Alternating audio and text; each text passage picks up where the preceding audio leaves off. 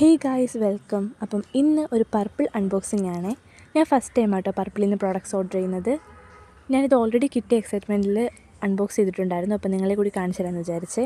ഞാനിത് ഇന്ന് ഓർഡർ ചെയ്തിട്ട് എനിക്ക് ഇന്ന് തന്നെ ഡെലിവർ ആയിട്ടുണ്ടായിരുന്നേ.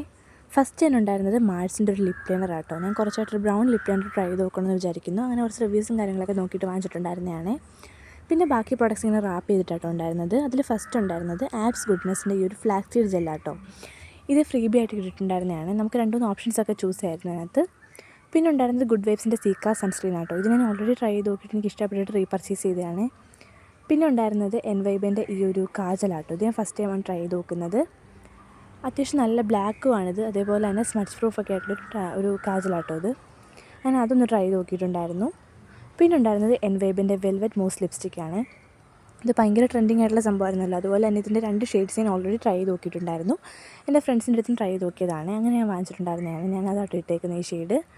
അപ്പോൾ അത്രയേ ഉള്ളൂ ഗൈസ്. ബൈ.